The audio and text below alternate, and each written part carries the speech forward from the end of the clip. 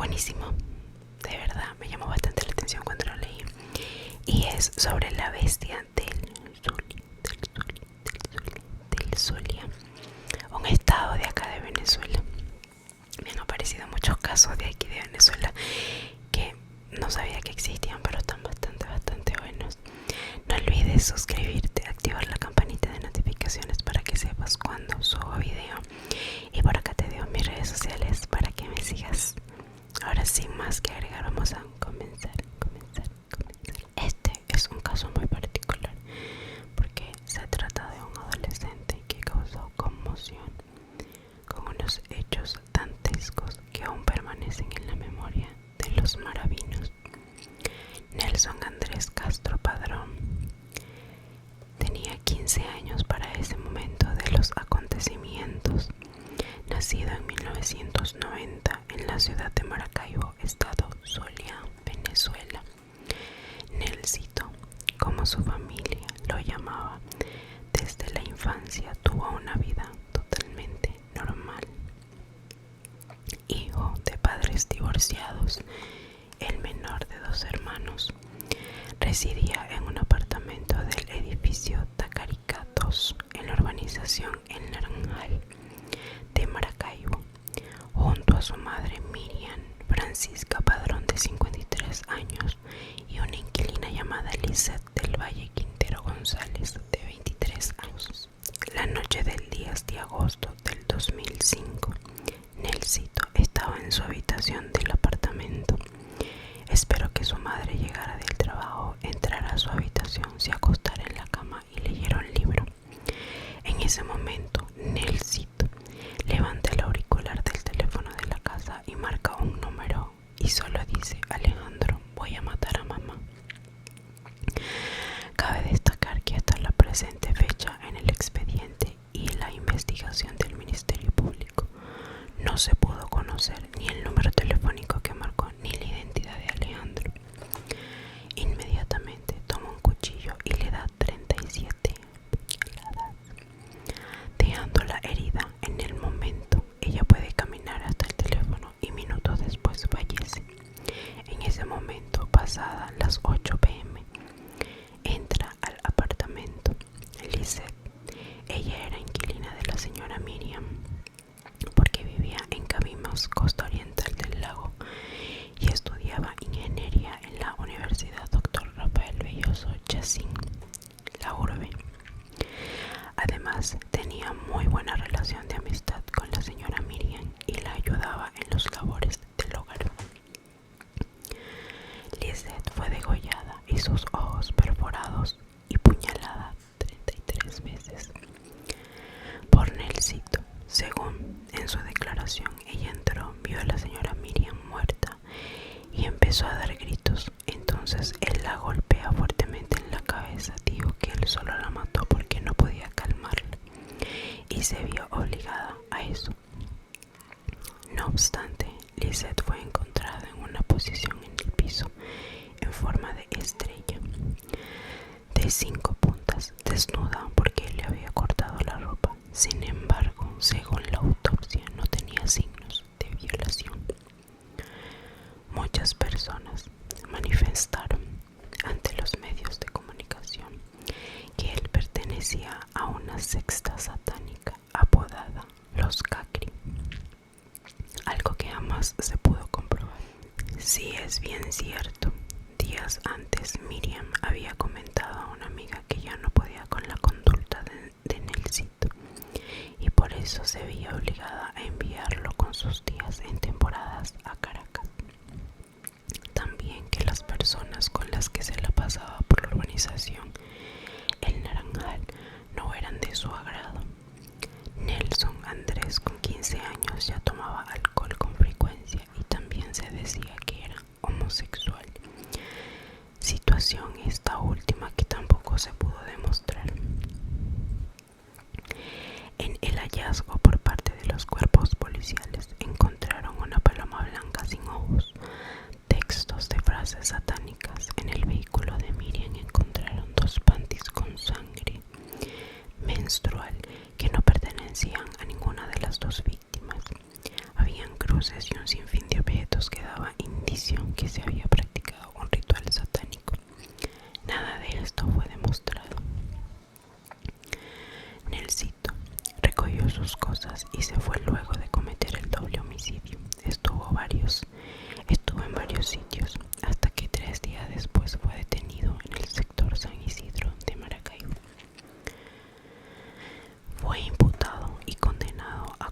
años y 9 meses de prisión, condena esta que pagó en el albergue La Cañada 1, la pena más alta para ese entonces por faltas graves. Me parece que muy poquito tiempo, a pesar de que tenga 15 años, muy poquito tiempo.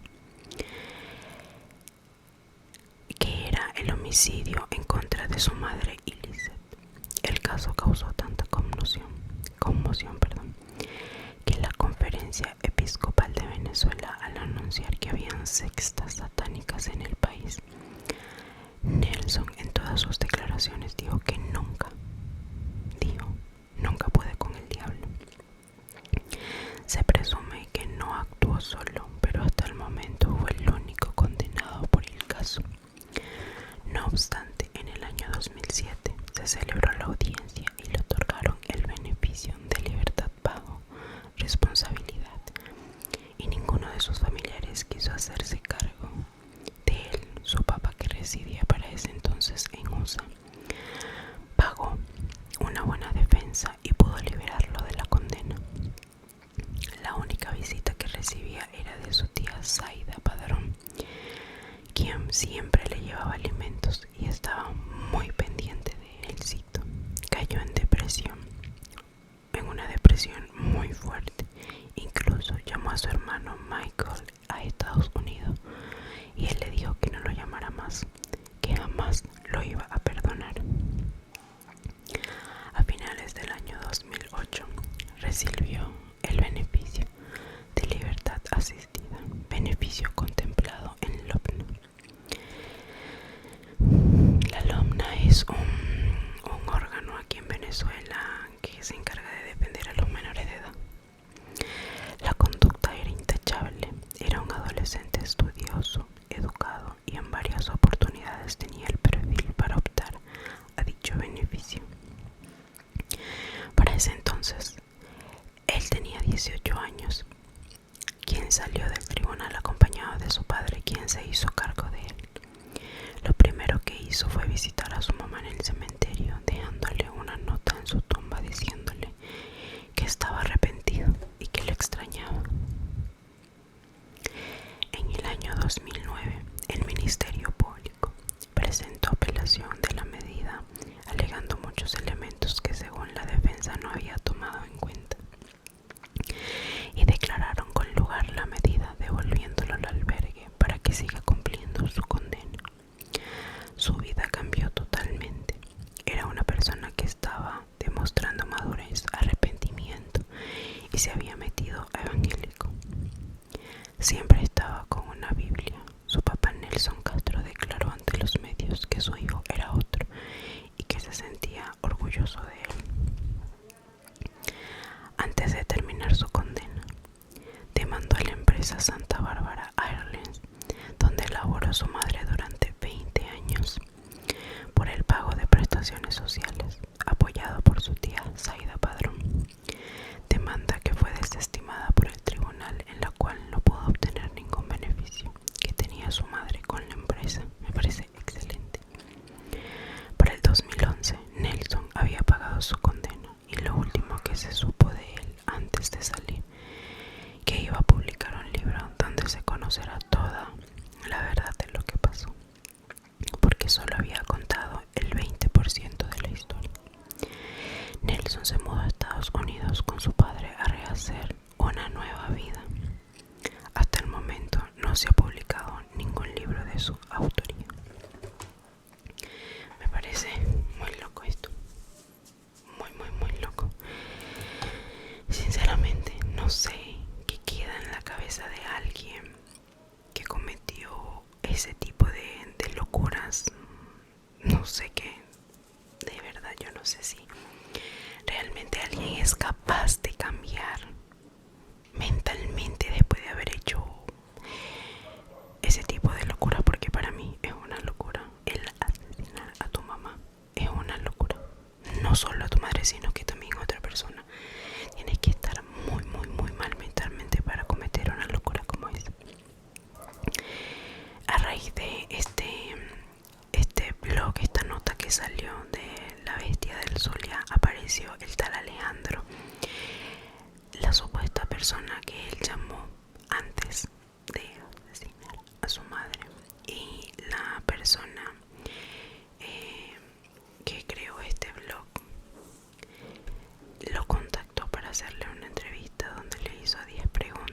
entonces también les voy a leer por acá las 10 preguntas que le hicieron a el supuesto Leo. Estas son las 10 preguntas que nos respondió Alejandro del caso de la bestia del Zulia. El pasado 15 de abril del 2019 fue publicado el caso de Nelsito, la bestia del Zulia. Hoy Alejandro nos respondió 10 preguntas en relación al homicidio de Marian Padrón y Lisette Quintero, hechos acaecidos en la ciudad de Maracaibo. Pregunta número 1. Han pasado 15 años del dantesco homicidio que cometió la bestia del Zulia. Tu anonimato se ha mantenido con el nombre de Alejandro. ¿Qué te motivó a hablar en ese blog después de tantos años? Mi motivación fue haber descubierto el blog y ver que de todas las noticias, escritos y cuentos acerca del caso, todos estos años por primera vez encontré algo realmente sobrio y apegado a la realidad. Otra motivación es el hecho de querer demostrar a la colectividad zuliana la verdad de lo ocurrido, es decir, son años leyendo una y otra vez aquella historieta amarillista del extinto diario Panorama. Decidí entonces con cierta frustración, y sí, después de tantos años, de que era hora de contar lo sucedido acerca del doble asesinato y esclarecer el porqué. Es una cuestión personal y nada más. Deseo que la colectividad zuliana conozca más a fondo acerca de su propio folclore. Y es que sí, realmente estos personajes forman parte del acontecer histórico, queramos o no, que al igual que muchos otros países, empezando por los Estados Unidos de América, tienen muy marcado en su idiosincrasia y dentro de su historia la figura del serial killer.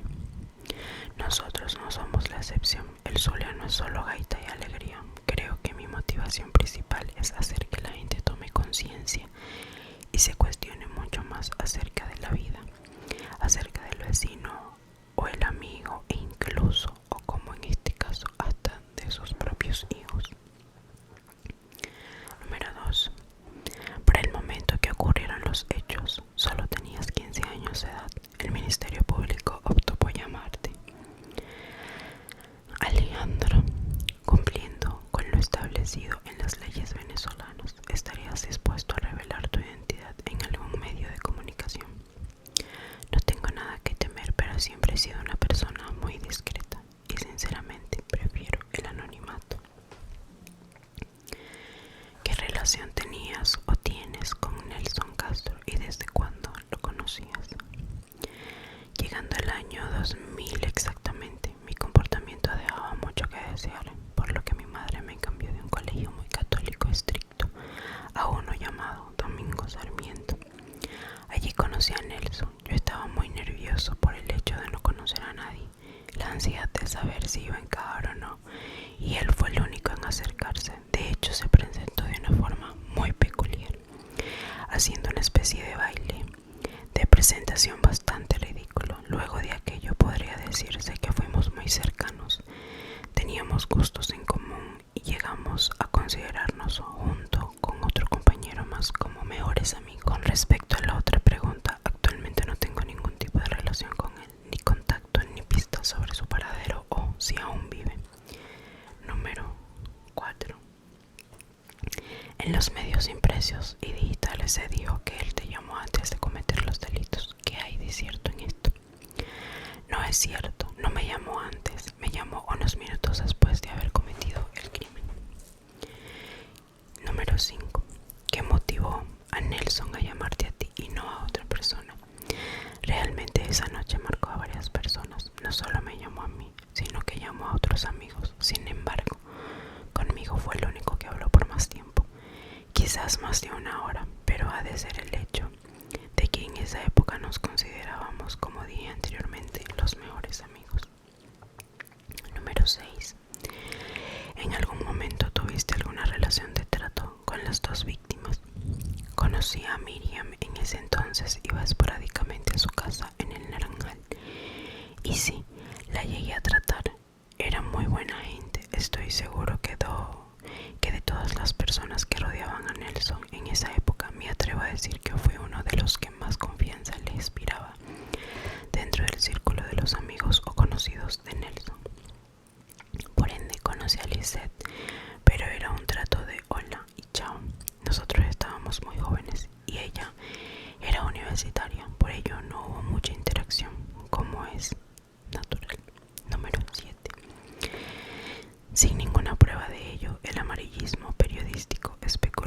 sectas satánicas en el estado Zulia. Existieron dichas sectas en este caso.